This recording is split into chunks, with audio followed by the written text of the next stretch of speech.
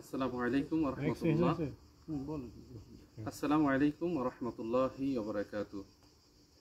আসলে আমরা আজকে দেখতেছি বাংলাদেশের থেকে আমাদের সূর্য সন্তানেরা ইতালিতে অনেক ডেভেলপ হচ্ছে বিভিন্ন দিক দিয়ে। কিন্তু এর মধ্যে আমি সবাইকে একটা বিষয় অনুরোধ করব যে আমাদের ইসলামী দিক থেকেও আমরা যেন এই ইতালিতে আগাইতে পারি।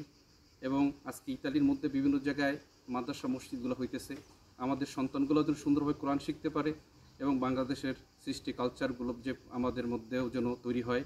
এই প্রজন্মে যে নতুন করে বাচ্চারা আসতেছে সবাই যেন ইসলামিক দৃষ্টি থেকে তারা যেন কোরআন শিক্ষাটা অর্জন করতে পারে এবং মসজিদ মাদ্রাসায় গিয়ে তারা যেন নামাজ কীভাবে কায়েম করতে হয় সেই নামাজের শিক্ষাটা অবশ্যই নিতে হবে।